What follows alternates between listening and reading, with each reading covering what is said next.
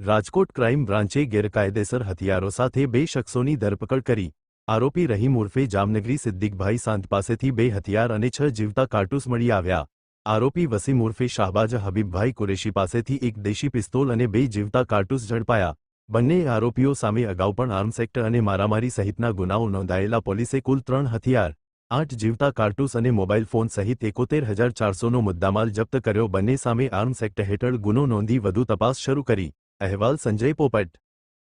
माननीय CP sir Brajesh Kumar Jha sir और additional CP sir चैतन्य मांगवी sir द्वारा राजकोट शहर सहित आखा सौराष्ट्र में जे गैरकायदेसर हथियारों नेटवर्क आरोपीओ एनी जप्ती करवा माटे अने एना विरुद्ध गुना दाखल करवा माटे गैरकायदेसर जप्ती करवा माटे क्राइम ब्रांचने सूचना आपवामां आवी। एसीपी श्री भरत पसिया साहेबना नेतृत्वमां PI Shri S Chavda sir, PI Shri Manoj Damor sir, PI Shri Bilal Yadav साहेबनी टीमों द्वारा छेल्ला 5-7 दिवसथी आ बाबते कार्यवाही चालती हती। पीएसआई श्री एसएम राणा की टीम द्वारा गई काले एक आरोपी बावड़ी रसूलपुरा रोड पर હતો नाम रहीम भाई उर्फे जामनगरी संधी एनी पासेथी एक देशी बनावटनी पिस्तल, एक तमंचो અને 6 જીવતા કાર્ટ્રિજ બરામદ કરવામાં આવેલ છે।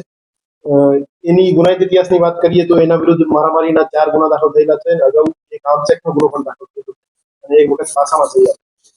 અને બીજું કેસ જે છે પીએસઆઈ વનરાજ ડોડિયાની ટીમ દ્વારા કરવામાં આવેલ છે। એમાં આરોપી વસીમભાઈ શાહબાજ હબીબભાઈ કુરેશી પાસેથી એક દેશી બનાવટની પિસ્તોલ બરામદ કરવામાં આવેલ છે અને 2 જીવતા કાર્ટ્રિજ બરામદ કરવામાં આવેલ છે।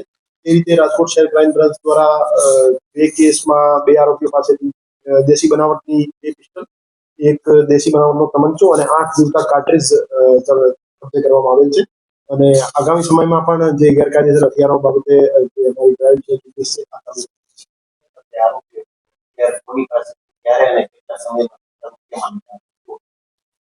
એમાં જે પહેલો આરોપી છે રહીમ ઉર્ફે જામનગરી એને જે પેલા ઓડિયા ગેંગનો એક સીટીઓસી નો ગુનો દાખલ કરવામાં આવેલ છે। હવેશ ઓડિયા નામના આરોપી પાસેથી અત્યારે પેલાવાનો છે એમની પાસેથી હથિયાર લેવાનો એને કબૂલ્યો છે। અને બીજો જે આરોપી છે વસીમ કુરેશી દ્વારા એક પરપ્રાંતીય વ્યક્તિનું નામ આપવામાં આવેલ છે। એ બાબતે વધુ તપાસ અત્યારે ચાલુ છે અને એવું જાણવા મળ્યું છે કે 35,000 થી 40,000 રૂપિયાની કિંમતમાં અત્યારે મોટા ભાગના આરોપીઓ જે છે મારામારીમાં ઇન્વોલ્વ હોય છે એ સેલ્ફ પ્રોટેક્શન બાબતે પોતાના ઉપર કોઈ હુમલો ના કરી દે અથવા એની જે અદાવત ચાલતી હોય એમાં સેફટી એના માટે હથિયાર રાખતા હોય છે। એને ફાયરિંગ કર્યાનો કોઈ બનાવ સામે